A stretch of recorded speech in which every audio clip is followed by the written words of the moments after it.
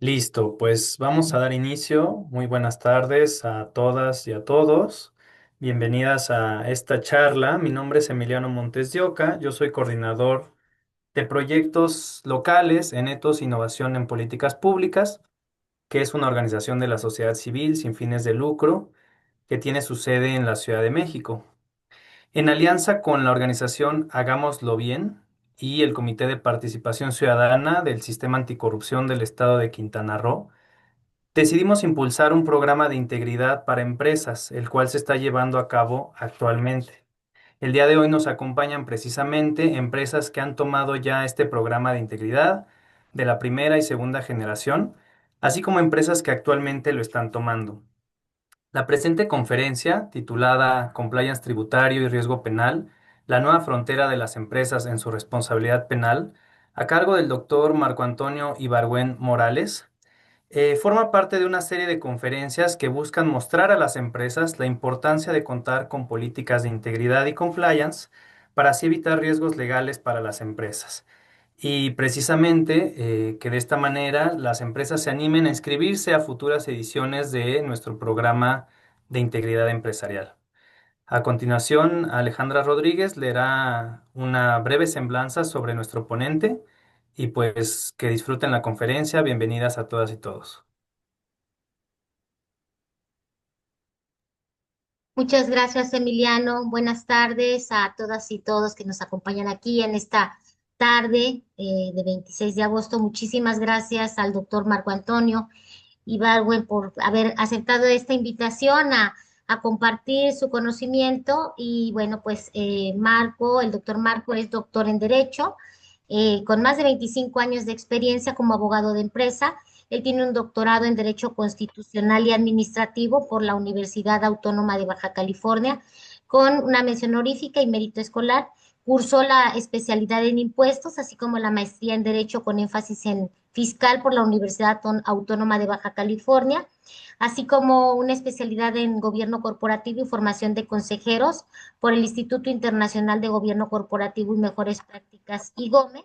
Cuenta con el máster de Compliance en la Universidad de Salamanca, España, con estudios en el sistema de gestión de continuidad de negocios ISO 22301, así como compliance tributario UNE 19602, ISO 37301, compliance legal y de ISO 31022, riesgo legal ISO 31000, gestión de riesgos. Él es socio de B-Compliance, dedicados a la implementación y estructura del sistema de gestión de cumplimiento y de asesoría con sede en Madrid, España, y fundador de Campos Ibargüen Pérez y Asociados SC, hoy CIPBC, Asesores Corporativos. Es miembro de la Asociación Nacional de Abogados de Empresa, ANADE, fue presidente de la sección Baja California de esta Asociación Nacional de Abogados de Empresa y actualmente es coordinador del Comité de Compliance de ANADE Nacional. Fue integrante del Consejo Directivo Nacional de ANADE, del Colegio de Abogados de 2024 a 2025. Actualmente es catedrático en universidades del noreste y ha publicado diversos artículos relacionados con área fiscal y corporativa. Y bueno, ha publicado el libro denominado Los principios tributarios en la compraventa con reserva de dominio, así como el libro Compliance Tributario en México con Tirán Loblanche, en coedición con la Universidad Autónoma de Baja California. Dentro de su trabajo pro bono, ayuda a Fundación Teletón México. Y bueno, sin más preámbulo, pues le damos la más cordial bienvenida al doctor Marco para que nos haga favor pues de empezar esta charla y adelante. Adelante, Marco, gracias. Gracias, Alejandra. Gracias, Emiliano, por la presentación. Pues nomás que me digan cuánto tiempo tengo mandaste el minuto a minuto, pero pues voy a tratar de hacer pues una plática así amena. Ahorita voy a presentar algunas láminas que les preparé y pues más que nada, pues nuevamente agradecer a ustedes. Ahora sí que estamos de península a península, ¿no? Yo acá en la península de Baja California. Y pues hoy les quiero hablar de lo que es el compliance tributario y relacionarlo, conectarlo con el tema de responsabilidad penal. Ahorita voy a presentar unas láminas, pero sí quisiera hablar porque en lo que es la experiencia, en lo que hemos visto a lo largo de ahora que compliance empieza a sonar y pues debo reconocer que el estado de Quintana Roo pues tiene uno de los mejores, si no es que el mejor código en temas de responsabilidad penal de las personas jurídicas, que es una réplica del código español actual. Incluso, pues creería que va más allá de lo que es el federal, ¿no? Entonces, pues vamos a ir hablando, si me quieren interrumpir, pero pues tratar de hacer una plática amena de esto que tiene que ver con el compliance tributario, pero rompiendo el tabú porque mucha gente piensa que compliance pues es cumplir con la norma y eso no es compliance. En muchas ocasiones la gente piensa que compliance tributario es pues a lo mejor que me vengan a hacer una auditoría en materia tributaria y con eso estoy haciendo un compliance. Entonces, yo les quisiera hablar como que el ABC del compliance para que entiendan qué es el compliance tributario y cómo lo conectaríamos con una posible responsabilidad penal.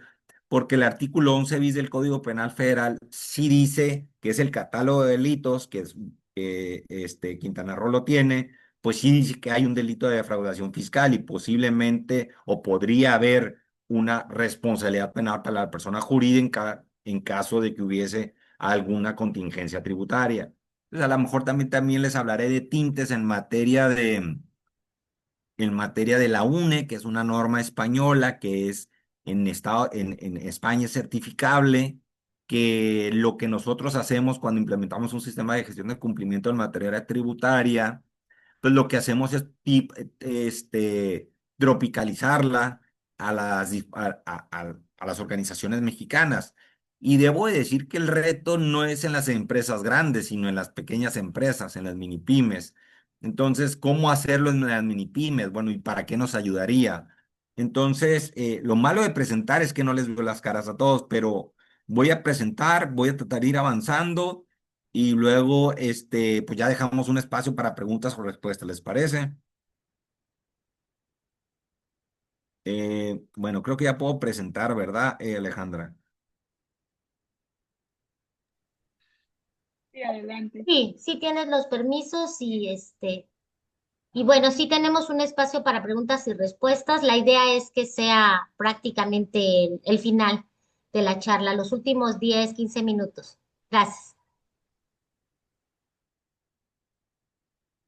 Bueno, pues creo que ahí están mostrando este, la lámina uno que tengo preparada para ustedes. Y yo le digo el ABC del compliance porque hay puntos a considerar, ¿no? Es decir, a ver, ¿para qué implementar compliance? ¿Qué es compliance? ¿Cómo se implementa? ¿Qué previene? ¿Y qué disposiciones relacionadas con el derecho tributario tienen o con el derecho fiscal? Entonces, nos vamos a ir haciendo esas preguntas, ¿no? Bueno, pues, ¿para qué implementar el compliance? Para proteger el patrimonio de los accionistas, socios, para proteger a personas que colaboran dentro de la organización, para estar vigente en el mercado y para evitar sanciones de carácter legal tributarias. Para estar vigente en el mercado, hoy nos han enseñado, hoy hemos visto que las empresas no valen tanto por los fierros que tengan las empresas, sino por el carácter reputacional que puede existir en una empresa, ¿no? Vemos algunos intangibles que han cobrado valor hoy en día. Hay dos aspectos que sin duda debemos destacar para que una empresa pueda trascender de generación y son dos pilares, gobierno corporativo y compliance, ¿no? Yo lo denomino de esa manera. eh, Gobierno corporativo porque te ayuda a estructurar una gobernanza dentro de la empresa y compliance, un sistema de gestión de cumplimiento que te permita estar monitoreando los riesgos que puedan existir y aquellos que excedan del apetito de riesgo. Al ratito, si se me olvida que es decirles qué es el apetito de riesgo, Emiliano, me dices para regresarme, pues puedas implementar controles para disminuir ese o mitigar esos posibles riesgos que tengan, ¿no? Debo decir que no existen riesgos ceros, es mentira que te puedan decir, no, pues no hay riesgos en materia, cuando haces compliance. También debo advertir que en la UNE, que es la norma española, la 19.602, que es una norma española, pero que tiene un nivel de ISO, tiene esa estructura de cómo está estructurada una norma ISO. En España se habla en la UNE, se hablan de otro tipo de riesgos, de riesgos reputación, perdón, de riesgos de procedimiento o de riesgos de interpretación. La UNE habla de esos dos tipos de riesgo. Podemos encontrar más tipos de riesgo, legales económicos, reputacionales, financieros, no financieros, cualquier tipo de riesgo que hay en materia de riesgos. Pero entonces, para esto, en esta lámina, pues pueden ver para qué implementar compliance, pues porque lo que estamos buscando es que a los accionistas, pues genere valor para los accionistas. Es como, es mejor, luego preguntamos, es mejor que tengas un sistema de gestión de cumplimiento a no tener nada y que venga una contingencia y que te agarre con los dedos en la puerta, ¿no? Ahora, debo destacar que no es un seguro el compliance, porque podrás tener un sistema de gestión de cumplimiento, pero eso no te garantiza que estés haciendo, o sea, lo que te advierte es que puedes darte cuenta para minimizar los riesgos y pues para bajar las sanciones, porque habrá que, quien implementa compliance tendrá que venir un tercero para ver si hiciste bien lo que, pues está a prueba de balas, ¿no? Si estás, lo estás haciendo bien. Este, entonces, eh, un segundito.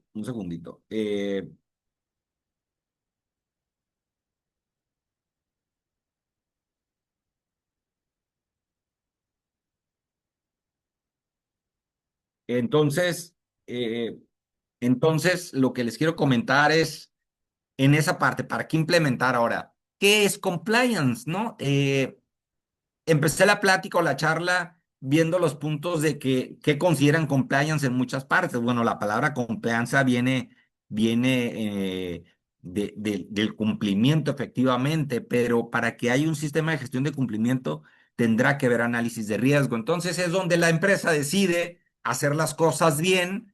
Eh, Vi cuando ahorita estaba presentando Emiliano y hablaba de integridad y hablaba de que en las empresas haya cultura del cumplimiento y donde la empresa dice, ¿saben qué? Nosotros vamos a tratar de adoptar cuestiones voluntarias o cuestiones obligatorias. Bueno, las obligatorias no hay opción para hacerlas, pero antes había una ISO, la 19600, que la vino a suplir la ISO 37301. Incluso hay una NOM que es la 19600. Entonces ahí había, por ejemplo, la 19600 consideraba que los contratos no eran un riesgo de compliance. La UNE 37003, perdón, la ISO 37301, si el incumplimiento de un contrato se puede considerar un riesgo de compliance. Entonces, a ver, acuerdos voluntarios, pues que decida adoptar un código de conducta, acuerdos contractuales, que se decida afiliar a un código de buenas prácticas, a una asociación donde se establezcan ciertos principios, donde haya pues un código de buenas prácticas, que digan los socios, oigan, vamos a adoptar o vamos a seguir, vamos a ver del nuevo código de prácticas corporativas del CCE, que por allá un vecino de ustedes estuvo liderando este proyecto, Bernardo Rivadeneira, entonces que digan, oye, vamos a ver de esas buenas prácticas del código, cuántas estamos cumpliendo, ¿no? Entonces, esos son los voluntarios y los obligatorios, pues desde el punto de vista tributario, pues es ver qué estoy haciendo con el código fiscal, si estoy cumpliendo con las disposiciones, ley del impuesto sobre la renta, ley de IVA. Y ahorita vamos a ir empezando para que vean cómo empezamos a practicar esta parte del compliance, porque es diferente el cumplir con la norma a tener un sistema de gestión, hacer un análisis de riesgo de tal suerte que al empresario tú le digas, así estás en la empresa y esto es lo que se puede lograr con un sistema de gestión. Entonces, seguimos, bueno, pues cómo implementarlo, cómo implementar el compliance. Yo lo pondría en 4 elementos. ¿Cómo se implementa? Pues con un líder del proyecto. Cuando nosotros empezamos a hacer compliance, pues partimos de que se reúnen los socios o los accionistas y deciden que va a haber un proyecto de un sistema de gestión de cumplimiento y nombran a un líder del proyecto, que es el que está dando información a los que estamos implementando. Debo de decir que quien implementa compliance, pues puede ser un abogado, puede ser un ingeniero, puede ser un economista, puede ser un contador. Sin embargo, la única persona que le va a dar el toque o analizar el riesgo legal es el abogado. No hay más, ¿no? Porque nosotros, si ven en uno de los cuadros que dices análisis de riesgo, la UNE 19000, la UNE 31000, pues es como, como los ingenieros industriales hacen gestión de riesgos en en la cadena de suministro. Nada más que ellos lo hacen con un toque diferente al de nosotros. Nosotros le damos utilizamos la misma metodología, pero para analizar el riesgo legal. Y ahí ven las demás normas, la 37301, que ya estaba hablando de ella, la 31022, que es la ISO, que se llama gestión de riesgos legales y viene a ser un refuerzo de la 31000, pero con un toque legal. La UNE 19600, que ya la comenté, que es una norma española que habla del compliance tributario y que en España es certificable. También debo destacar que la 37301 es una ISO que es certificable en México, pero no por el hecho de tener una UNE certificable. Y si tienes una auditoría, pues vas a decirle al auditor, oye, es que tengo certificada la UNE 37301. Lo que importa es que puedas minimizar los riesgos, ¿no? El manual de cumplimiento tributario de la Prodecon puede ser un código, puede ser un manual de buenas prácticas que guíe, que tomes elementos para llevar a cabo un sistema de gestión de cumplimiento. Y luego elementos básicos de un modelo de gestión, un código de ética, un canal de denuncias, políticas hacia adentro, políticas fiscales, etcétera. Y una gestión de mejora continua, porque el compliance no es estático. Vamos a suponer que en el 2026 hay una reforma fiscal, que se habla de una posible reforma fiscal.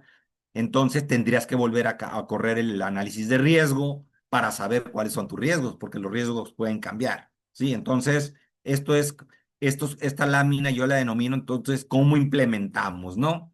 Y la siguiente pregunta, bueno, ¿qué previene el compliance? Pues una conducta no ética, delitos penales fiscales, protección del lavado de dinero. Hoy vemos que hubo reformas el 16 de julio y que entraron en vigor a partir del 17 de julio, donde ahora, aunque no tengas actividades vulnerables, se va a habilitar en la página de la Secretaría de Economía un apartado donde tengas que subir quién es tu beneficiario controlador, porque en la ley de lavado de dinero se agregó un capítulo que habla de beneficiario controlador, muy parecido al del Código Fiscal, que no es lo mismo. Y hay un cruce, allí la gente, incluso profesionistas, lo confunden, pero no es lo mismo beneficiario controlador para efectos de Código Fiscal que beneficiario controlador para temas de lavado de dinero, aunque ya la figura esté insertada en la nueva ley de lavado de dinero, pero no es lo mismo, es parecido. Si tienes ratito, podemos hablar un poquito de eso, a ver si nos alcanza el tiempo.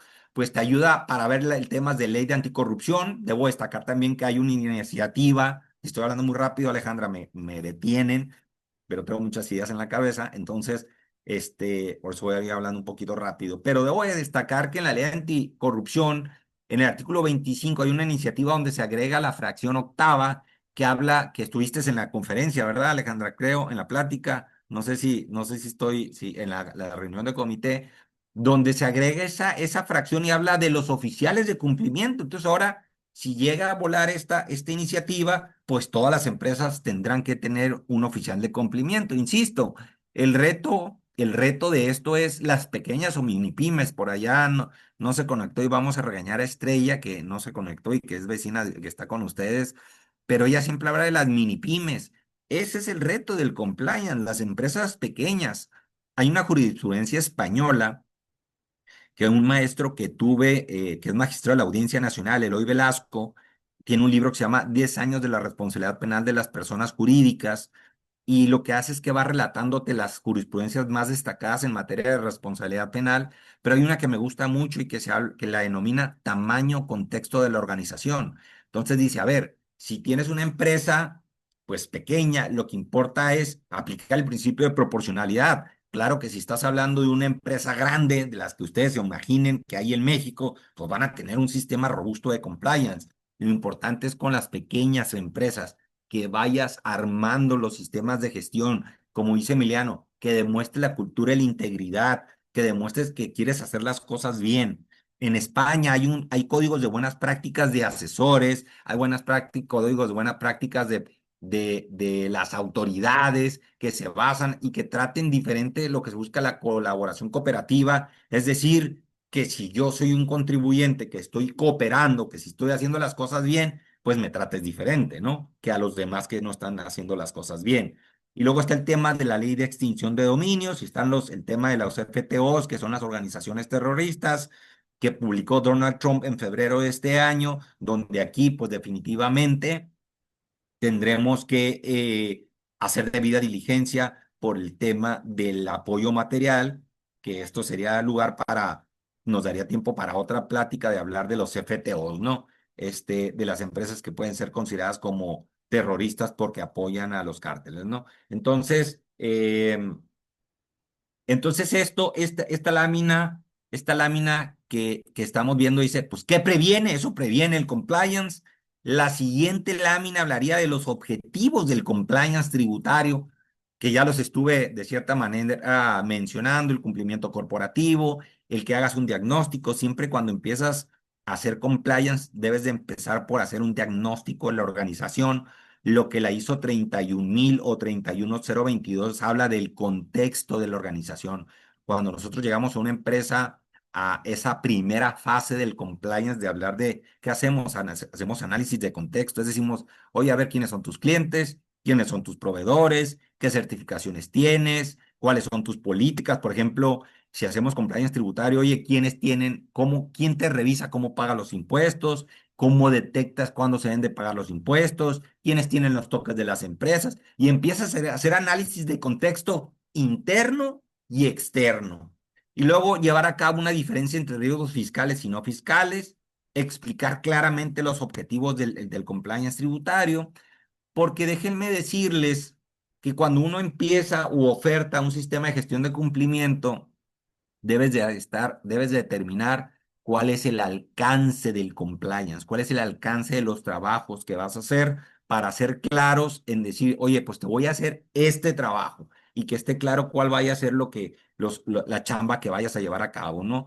Y luego establecer la cultura del compliance tributario y establecer un informe tributario. Siempre que terminamos de hacer un análisis de riesgos, lo que hacemos es que le presentamos al empresario, a la alta dirección, un informe detallado de lo que encontramos, ¿no? De ese análisis de riesgo. Y luego esta lámina que ven, pues son las ventajas del cumplimiento cooperativo, que ya les dije, mejorar la relación con la autoridad.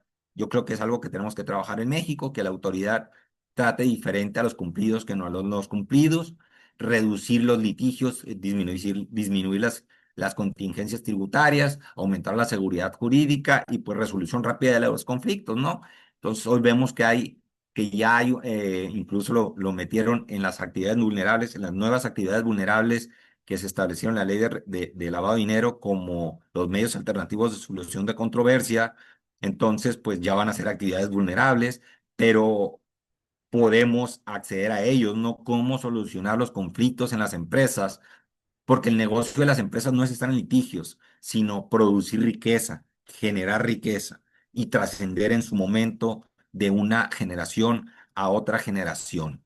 Hasta aquí, ¿existe alguna pregunta? Llevo 25 minutos, pero no sé si hay alguna pregunta, algún comentario. ¿Quieren que deje de presentar para aquí hacer una pregunta o seguimos, Emiliano o Alejandra? Yo creo que podríamos seguir, guardamos las preguntas y damos un espacio de 15 minutos para que pues mantengamos la continuidad y hay que se vayan guardando. No sé qué te parezca, Bien. Marco. Gracias. Bien, bien, entonces, bueno, beneficios de una identificación y análisis y valoración. Esto de identificación, análisis y valoración es un análisis de riesgo. ¿Y qué es lo que buscas cuando haces un análisis de riesgo? Pues lo que buscas es reducir y mitigar los incumplimientos fiscales, trátese de cualquier disposición de materia fiscal, minimizar conductas dolosas, culpables o negligentes. Por eso es muy importante la capacitación en la organización. Por eso es importante hacer debida diligencia cuando contratas a las personas que forman parte del área tributaria, hacer esa revisión de que efectivamente cuente con los estudios, ahorrar costos por multas, es decir, bajar las multas y mejorar el cumplimiento de las obligaciones fiscales, ¿no? ¿Qué es lo que se busca con los beneficios de una correcta evaluación de análisis de riesgo? Yo la centraría en tres aspectos: adaptación a ese sistema de gestión de cumplimiento, limitar las responsabilidades de los directivos. Por eso es importante que haya un organigrama de los puestos y cargos y tareas que deben de desempeñar las personas que forman parte de la organización, y desde luego pues aumentar la seguridad jurídica de la empresa. Entonces, si tú tienes un sistema de gestión de cumplimiento en la empresa, pues lo que vas a buscar es evitar caer en contingencias tributarias, ¿no?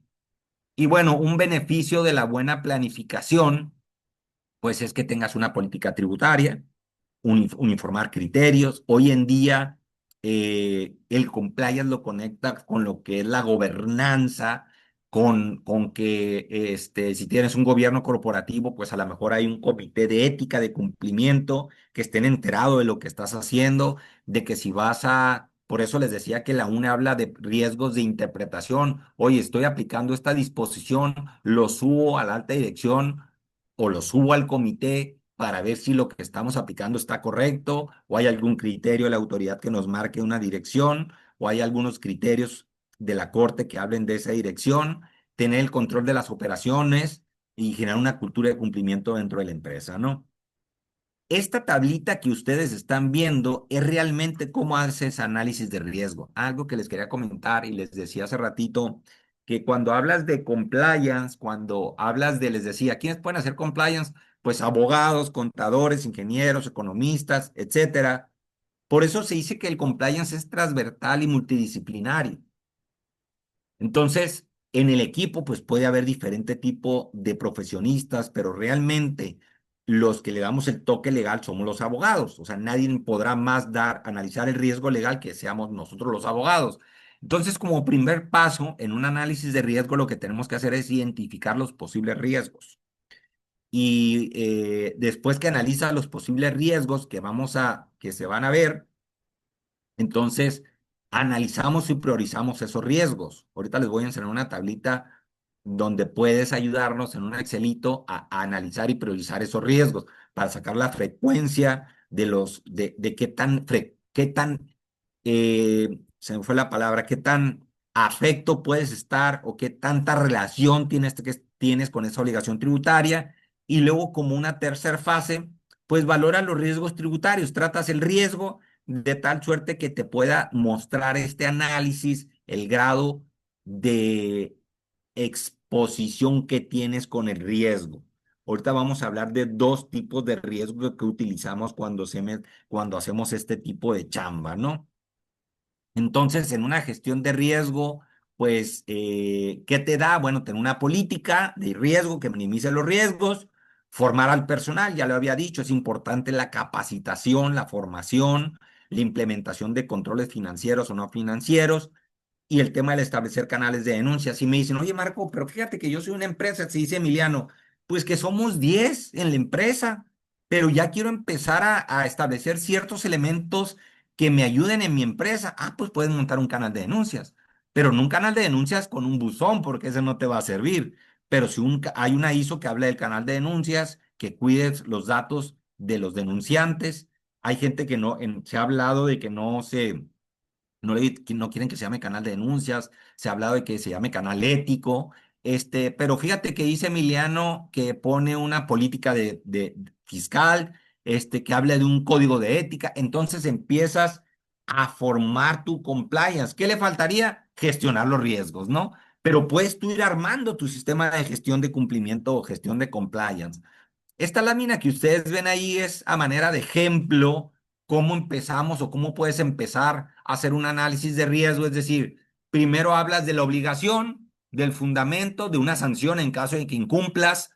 Hablas de una frecuencia, qué tan frecuente puede ser que tú encuadres en una disposición de materia, vamos a pensar en código fiscal o IVA o renta, lo que sea, y luego estableces una consecuencia, cuatro tipos de consecuencia, de ley, operacional, reputacional, económica, y aquí lo que hacemos, lo hacemos con una métrica, es decir, a ver, ¿qué tan frecuente es entonces? Imagínate no verificar que estés expidiendo o comprando facturas falsas. No, pues a lo mejor la frecuencia va a ser muy alta. Entonces multiplicas la frecuencia por la consecuencia más alta y eso te va a dar tu nivel de riesgo inherente. El riesgo inherente es cuando vas a la empresa y empiezas a hacer ese análisis de contexto, interno o externo, y sabemos y le decimos al cliente el riesgo inherente sin saber los controles que tiene.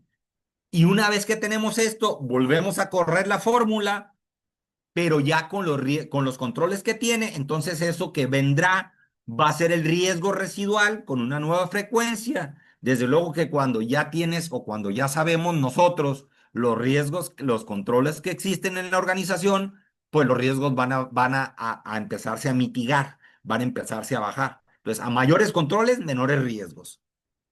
Y luego, pues nos saltaría, una vez que ya corremos esta herramienta, pues vamos a ver qué riesgos están por encima del apetito de riesgo.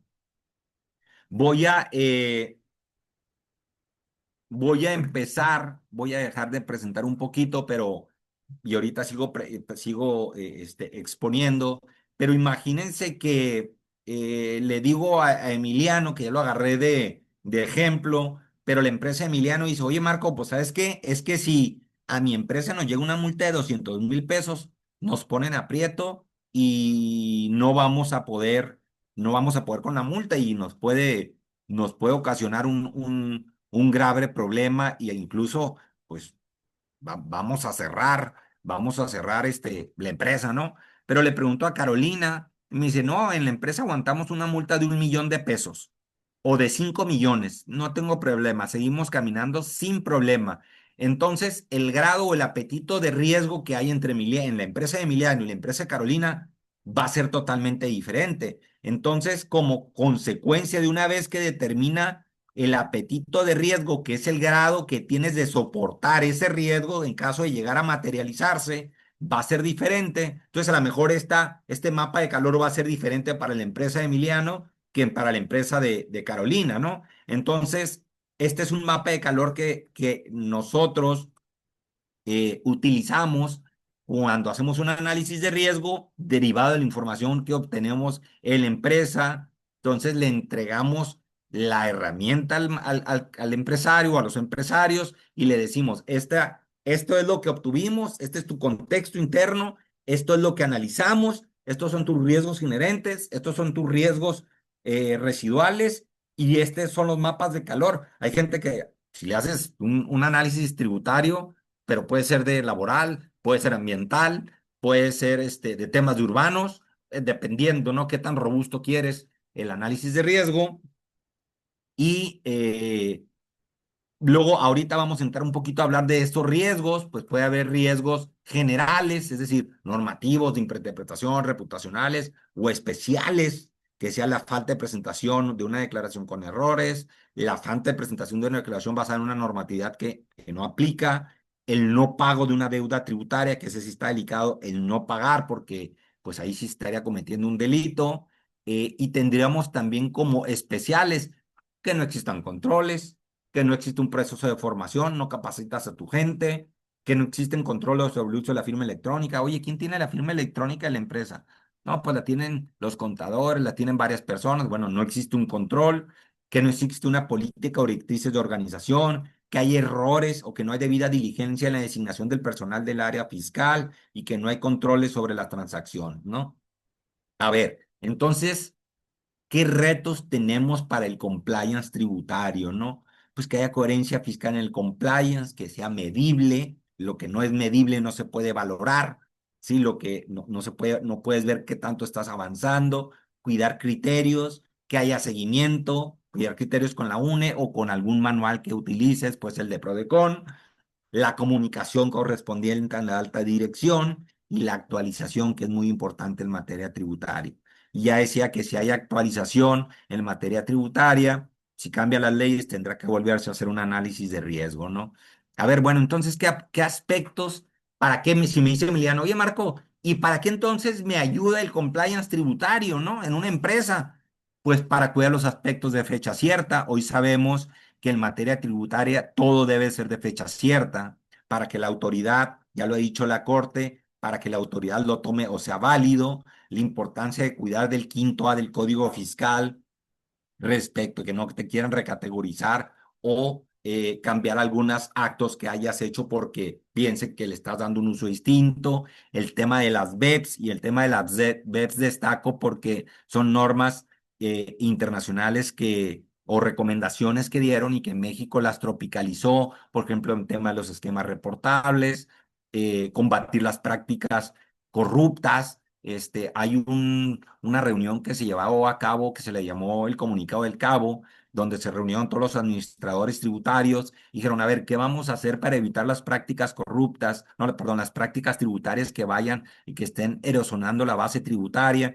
Entonces empezaron a ver porque pues hay mucha gente que se pasaba de lista y utilizaba estructuras opacas o empresas fachadas que las utilizaban para delinquir o que utilizaban para facturar y empezaron a ver, y, bueno, empiezan a tapar aspectos, pero esto fue una reunión que hubo en el Comunicado del Cabo y que luego la OCDE trajo a colación y que en México empezaron a tropicalizar, ¿no? Respecto a estas prácticas.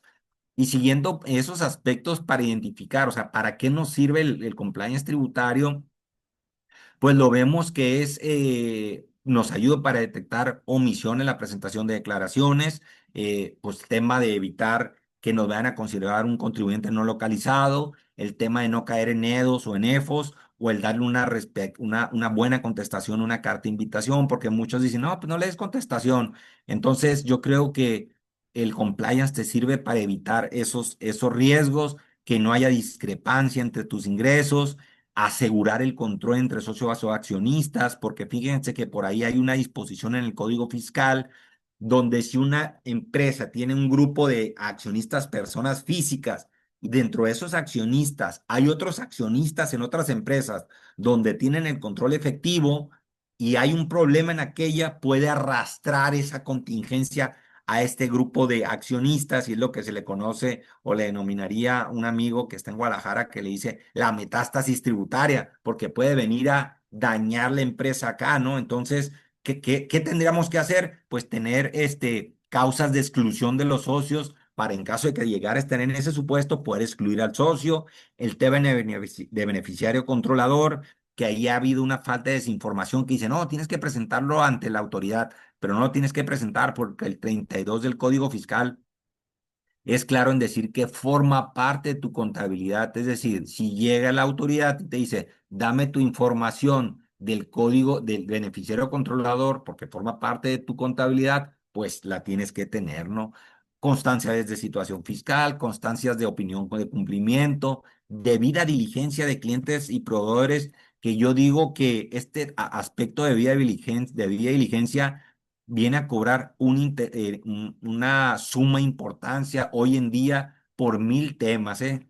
Ya estoy, luego es muy común que decimos por 1000 temas, pero no son 1000 temas, pero son por muchas cosas, porque en temas de FTOs estás obligado a correrle las placas a tus clientes y proveedores de que no vayan a estar listados en ninguna lista negra ni en las listas de México, ¿no?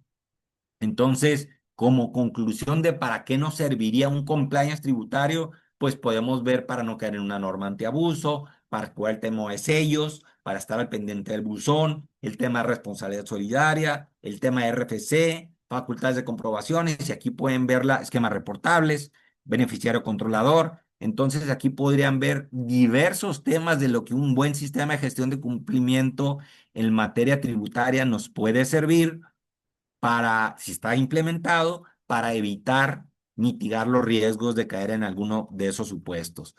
Esto ya les había hablado un poquito de la UNE 19.602. Es una norma que, pues quienes las conocemos, podemos tropicalizarla a nuestro país. Claro que en España es diferente, pero nos ayuda para tomar ciertos eh, elementos. Por ejemplo, esta UNE habla pues, de que es certificable, el tipo de riesgos. Este tiene carácter de una ISO.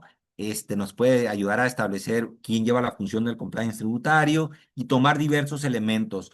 No me detendría, pero yo aquí, en esta parte, nos cambiamos de cachucha y nos conectamos con el tema de responsabilidad legal, porque cuando inicié mi plática, empecé a decirles que el 11 bis del Código Penal Federal sí enlista la defraudación fiscal. Entonces, imagínense, bueno, si me preguntan, Marco, ¿a cuántas empresas han sancionado penalmente por responsabilidad penal?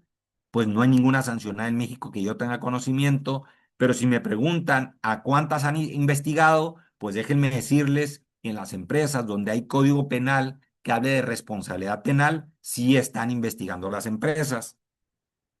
Entonces, esto no es nada nuevo, hablarles del 421 del Código Nacional de Procedimientos Penales, que dice que las personas jurídicas serán penalmente responsables cuando se cometan delitos a su nombre, por su cuenta, por beneficio o a través de los medios que ellos proporcionen y cuando se observe el debido control. El tema es que el Código Nacional de Procedimientos Penales no nos dice qué es el debido control. Esa disposición del 421 es una réplica del código anterior español, del anterior código español. No es como el código de ustedes de Quintana Roo, que es una réplica del código penal actual español. Entonces, pues está más avanzado el código de Quintana Roo que el 421. Sin embargo, pues aquí tenemos el catálogo de delitos que hay en el 11 bis. Podemos, no me voy a detener, podemos tenerlo, lo podrán ver ustedes si lo consultan y ahí vemos la defraudación fiscal. Entonces, las buenas prácticas internacionales nos ayudan a concluir que el debido control es que tengas un análisis de riesgo, que tengas un manual de cumplimiento, que tengas políticas y mecanismos para la presentación de denuncias, que es el canal de denuncias o el código ético, el canal ético, programas de entrenamiento, de capacitación, un modelo de gestión de los recursos y controles para el debido cumplimiento en temas anticorrupción o PLD. Si ustedes ven, esto se parece a lo que dice el artículo 25, el artículo 25 del Código de Responsabilidades Administrativas, que habla de una política de integridad. Es muy parecido. Sin embargo, aquello es para efectos administrativos, pero esto es para efectos penales. Y el código de ustedes es muy claro porque nos va de la mano, ¿no? Va diciendo, a ver, si los delitos los cometen por conducto del administrador, es esto. Pero si es por la gente a pie, son estos. Son mayores las sanciones con el tema de los administradores. Ahora bien, hay un aspecto, hay un aspecto que ya la ministra Ríos Farjat, en una tesis que que en un asunto que le tocó resolver a ella, dijo, a ver, la forma de imputación es la del 421, pero es responsabilidad de las entidades federativas legislar respecto de la responsabilidad penal dentro de sus entidades federativas. En pocas palabras, eso dice la resolución que tuvo a cargo de la ministra Ríos Farjat. Entonces, nomás para dejar claro esta parte, y yo quisiera compartirles así de manera muy rápida, cómo en algunas partes ya hay citatorios para las empresas. Esto nos los compartió un amigo penalista de la Ciudad de México donde ya les preguntan, oye, ¿tienes algunos aspectos? ¿Estás haciendo de debida diligencia? ¿Tienes un programa basado en un diagnóstico? Entonces empezamos a ver cómo ya los citatorios empiezan en las partes donde hay responsabilidad penal, donde los códigos de las entidades ya empiezan a preguntar respecto de temas de compliance, ¿no? Ahora, ya empiezan a preguntar una tesis aparte de la que les dije la ministra Ríos Farjat. Esta es una tesis de noviembre del 2023, donde nos dice pues que el sistema de imputación para personas jurídicas es del 421 al 425. Entonces, esta tesis nos marca una directriz para el tema de imputar a personas jurídicas, ¿no? Ahora bien, este es un resumen de lo que ve de lo que se ve en tres secciones o tres iconos de lo que se ve en la resolución de la ministra Ríos Farjat, donde confirma la validez de la personalidad del sistema para imputar a una persona jurídica. Debo destacar que hay un tema técnico, porque aquellas entidades federativas que todavía tienen un sistema diferente al de Quintana Roo, es un sistema vicarial donde forzosamente la empresa siempre será responsable y no admite sistemas de compliance donde puedan atenuar o eximir la responsabilidad penal de la persona jurídica, como es el caso de Quintana Roo, que si hay un sistema de autorregulación diferente al vicarial, donde sí admite una posible atenuación o eximente de responsabilidad para la persona jurídica. Entonces, los abogados, cuando estudiamos la teoría del delito, pues ya nos enseñaron los elementos del delito, ¿no? La tipicidad, la antijuricidad, la culpabilidad. Y ahí me voy a detener porque la culpabilidad es el elemento del delito que la persona jurídica le falla, que se traduce en el que no hay, cuando le ataque ese delito de culpabilidad, que hay un defecto en la organización. No hay controles que ayuden a la empresa a minimizar los riesgos penales. Entonces, en esta tesis reconoce la forma de imputar a las personas jurídicas, habla de una competencia local, dice, son las entidades legislativas de las entidades federativas de cada estado que forma parte de nuestro país, la que tiene que legislar en materia de responsabilidad penal, y un efecto práctico es que consolida lo federal y lo local, situación que el Código de Quintana Roo es un código referente en el sistema de imputación para personas jurídicas. Entonces, el gran riesgo que existe es que eh, si tienes una contingencia tributaria, puedan tratarte de exigirte una responsabilidad a través del 11 del catálogo de delitos, el 11 bis del Código Penal Federal, porque estás incumpliendo con una norma tributaria. ¿Existe la posibilidad? Puede existir la responsabilidad. Habría que ver qué está haciendo la autoridad por esta parte. Pero déjenme decirle algo más importante, y aquí acercándonos ya a la parte final de mi presentación, es que hay tres elementos que el Departamento de Justicia de los Estados Unidos ha emitido diversas recomendaciones. Yo destacaría tres para saber si en tu sistema de compliance lo estás haciendo bien. Dice, a ver, ¿quieres saber si un sistema de compliance está bajo a prueba de balas?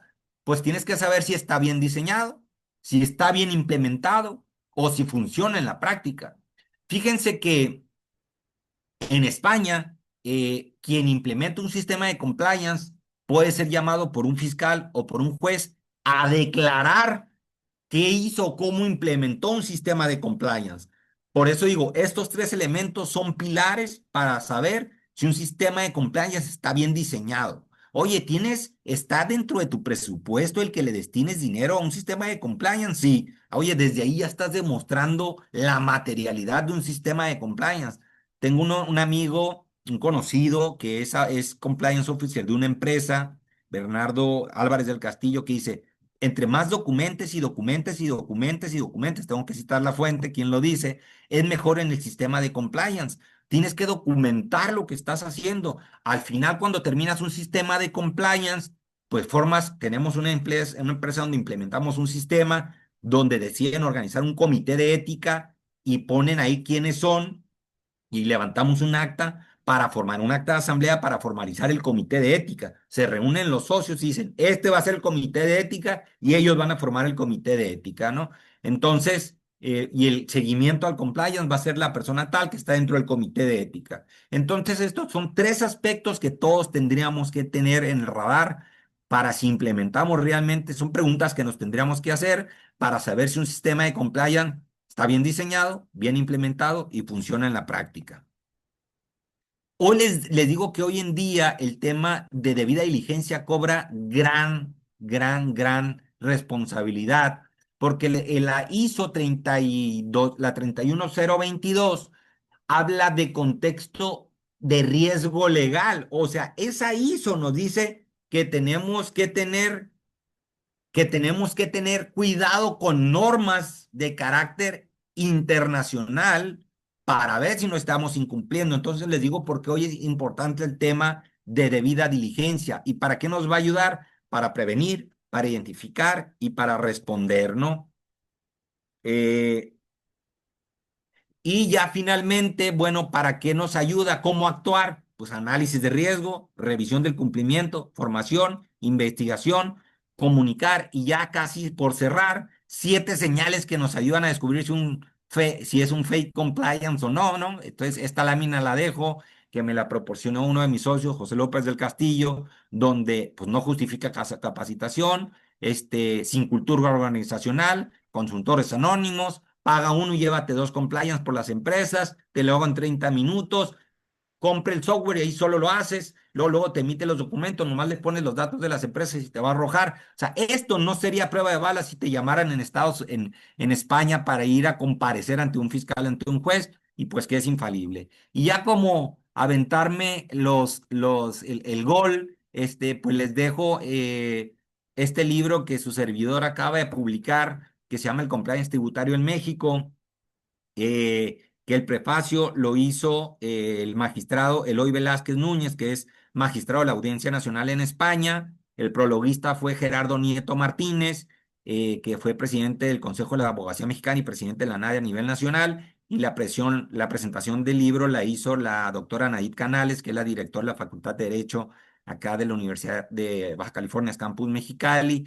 Pues decirle, está en Tirán lo Blanc, si lo quieren adquirir, ahí lo pueden encontrar. No hay muchos libros de compliance tributario, pero este es un libro que lo pueden adquirir por ahí. Va saliendo, está calientito, salió el mes pasado en Tirán lo Blanc. Entonces, pues espero que les haya gustado. Aquí están mis datos y vamos a dejar un espacio para preguntas y respuestas por parte de los que estén conectados. Muchas Mu- gracias.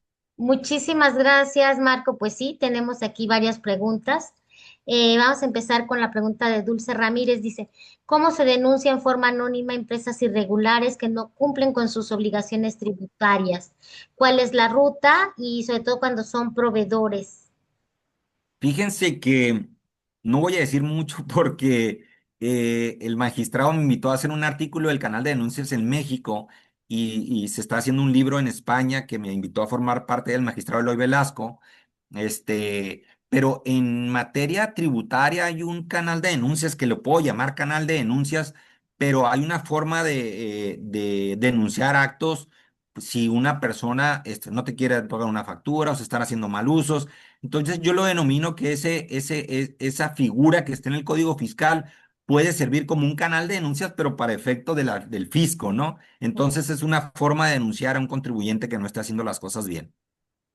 Muchísimas gracias, Marco. Y bueno, la Incluso en siguiente. México hay varias disposiciones legales que hablan del canal de denuncias. Por ejemplo, hay una norma en materia inmobiliaria que obliga a los inmobiliarios a tener un canal de denuncias, ¿eh? O sea, ya empiezan en materia de datos personales, también te obligan a tener canal de denuncias y hay varias disposiciones que te obligan a tener esto. Adelante. Muchísimas gracias. ¿Consideras que en México existe una cultura para la prevención a través de la implementación del compliance? No hay la cultura. Yo bueno, tenía un amigo que ya falleció, el doctor ay,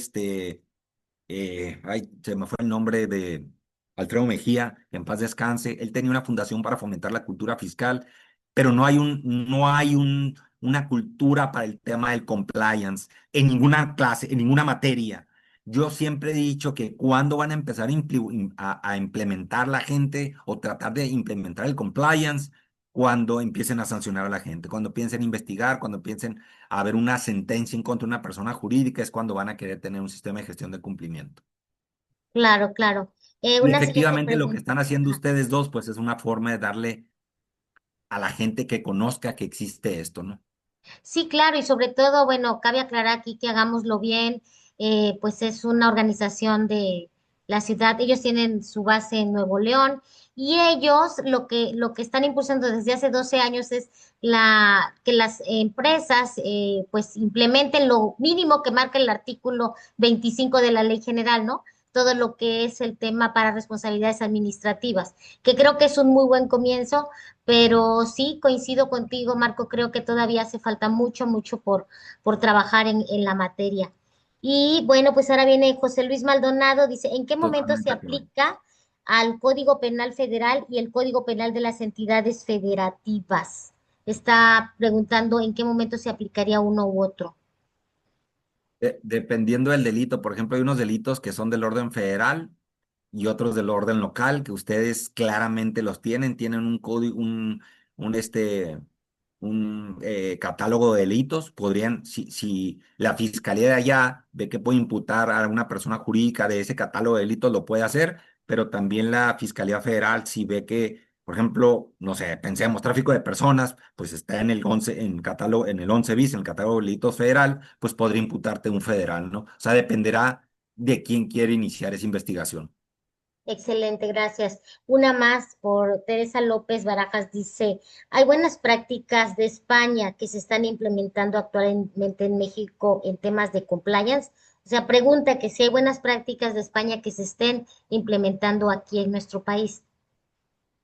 Sí, la 19.600 nosotros la utilizamos como base para efectos de implementar, pero definitivamente aquí lo que tenemos que hacer es, cuando hacemos análisis de riesgo, revisar el grado de exposición que tiene la empresa con el código fiscal, como les decía, por eso hablaba de frecuencia, con la ley de renta con la ley de IVA. Entonces, nos ayuda, pero tenemos que estar conscientes de que estamos en México, ¿no? Claro. Y una última pregunta. ¿Qué debemos entender por apetito al riesgo? ¿Qué tan tolerantes al riesgo le rinde beneficio a una empresa? Lo dije hace ratito en palabras muy, muy, muy coloquiales, es decir, el grado, qué aceptación tienes del grado de exposición al riesgo, ¿no? Así como lo dije, es así de claro, ¿eh? En el ejemplo que puse de Emiliano con Carolina, pues podrá haber un cliente que con una multa de 500,000 pesos lo pones, ahora sí como dicen, a parir chayotes, ¿no? Entonces, lo vas a dejar en la calle, ya no va a poder operar. Aquí voy a destacar que hay una ISO, que es la 22.301. Esta ISO habla de planes de continuidad en los negocios. Pues hay empresas que van más allá. No solamente implementan un sistema de cumplimiento, sino que tienen planes de continuidad de los negocios. Oye, ¿qué pasa si me llega si con el tema de sellos, me los suspenden o me los cancelan? ¿Qué plan de continuidad tengo? ¿Cómo voy a salir adelante, no? Entonces van más allá que solo un sistema de compliance y que conectan otras normas ISO para tratar de dar solución al grado de exposición que tengan con esto. Pero ¿cómo lo mides? Grado de exposición al riesgo. No todos tenemos el mismo apetito de riesgo, ¿no? No todos les gusta correr el mismo tipo o no todos aceptan el mismo tipo de riesgo o el monto, ¿no? Esto tiene que ver mucho con el monto económico. Ok, muchísimas gracias, doctor Marco. Pues paso a la voz a mi compañera Fernanda de Hagámoslo Bien. Y pues nada, de mi parte, como integrante del Comité de Participación Ciudadana, darte las gracias por haber aceptado esta invitación y darnos, compartirnos generosamente tu conocimiento. Es una embarrada de una serie de temas que yo creo que podríamos demorarnos aquí todo el día teniendo esta grata conversación y bueno, en lo personal me dejas con varios puntos, sobre todo esto de las ISOs, que creo que tenemos que darles mayor importancia y esto, las buenas prácticas en España ya existe, ¿por qué no replicarlo, ¿no? Y tropicalizarlo, como bien dices, a nuestro país, pero ir tomando la seriedad de lo que es el tema y sobre todo para la permanencia de las organizaciones. Creo que eso es muy importante. Pues adelante, Fernanda, gracias. Gracias. Pues para ir cerrando, primero que nada, muchísimas gracias, doctor Marco Antonio, por su valiosa ponencia. Estoy segura que para todos nosotros será de muchísima utilidad. Y pues en nombre del ETOS, de Comité de Participación Ciudadana de Quintana Roo y de Hagámoslo Bien, pues queremos brindarle este reconocimiento digital que le haremos llegar por su valiosa participación. La verdad es que se lo damos con mucho aprecio, con mucha admiración. Y pues para despedirnos quisiéramos comentarles a todos los que nos están acompañando que si aún no han participado dentro del programa de integridad empresarial que trabajamos en conjunto con ETOS, con CPC Campeche o desde CPC Quintana Roo, perdón, o Hagámoslo Bien, si todavía no son parte de este programa, quiero decirles que ahora sí que en agradecimiento a este compromiso en el tema, pues van a tener la posibilidad de realizar un autodiagnóstico de integridad empresarial. Es totalmente gratuito y se los queremos dar a ustedes como una prueba de que estamos valorando mucho su tiempo, su esfuerzo y sus compromisos con el tema. Entonces, si tú no has realizado este autodiagnóstico y te interesaría, te vamos a pedir de favor que nos escribas a integridad.empresarial@hagámoslobien.org. Lo que queremos con este documento es darte una radiografía confidencial de algunas cosas que te sugerimos que puedes mejorar en tu organización. Entonces, si te interesa, nos puedes escribir y con mucho gusto nos ponemos en contacto contigo. Les comentamos que seguiremos en brindando un par de conferencias magistrales más a lo largo de este semestre y pues claro que les mantendremos al tanto de lo que estemos preparando para el 2026. Entonces, muchísimas gracias, doctor Marco. Muchísimas gracias a todos por ser empresas que le dicen sí a la cultura de la legalidad, sí a la ética empresarial. En verdad lo agradecemos muchísimo. Y pues por aquí les dejamos nuevamente el QR para su registro. Por favor, si nos pueden apoyar para nosotros mandarles la información, se los agradeceríamos muchísimo.